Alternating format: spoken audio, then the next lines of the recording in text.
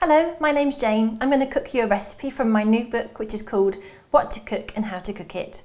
And I'm going to cook for you a butterscotch banana bread which is brilliant for brunch or tea time. This banana bread is a great way to use up overripe bananas like this when they've gone really spotty. So we're going to use 3 of these bananas and we're going to mash them up first.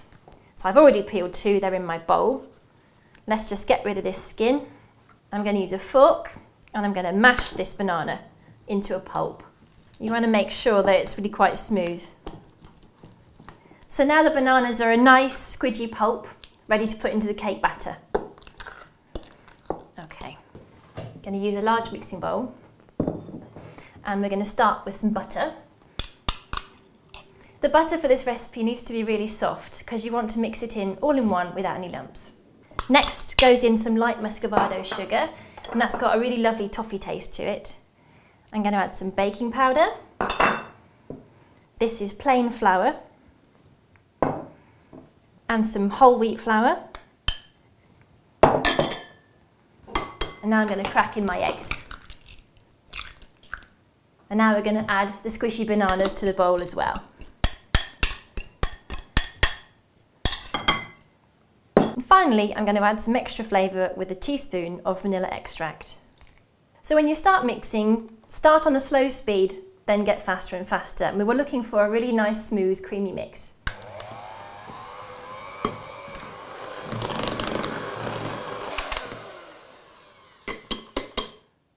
Before I put the cake mix into the tin, I'm going to add some chopped walnuts.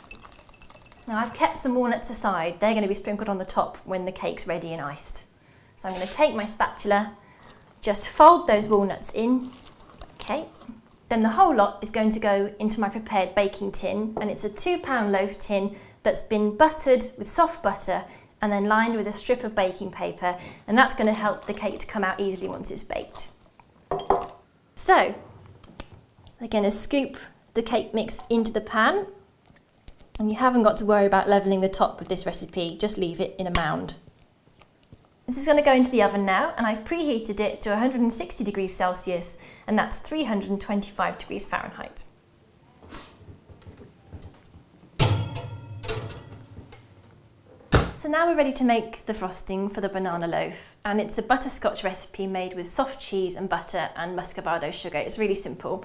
I've got a pan here, and that's got the sugar in it, and then to the pan I'm going to add some butter.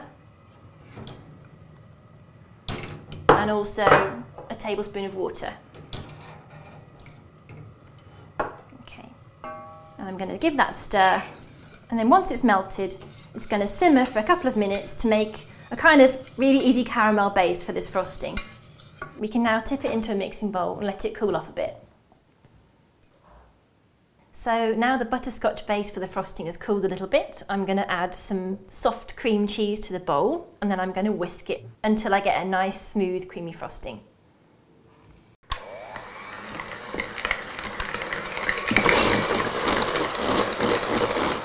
So now the butterscotch frosting is ready for the cake once it's out the oven and cooled. Now we're going to use these handy bits of baking paper from earlier on to help us lift the cake out of the tin. And I'm going to use my spatula and I'm going to scoop some of this yummy frosting right on top. And you can be quite generous with this, I think. Then you can use a knife or a palette knife just to smooth out the frosting over the top of the cake. You can give it a finishing touch with a few more walnuts sprinkled over the top.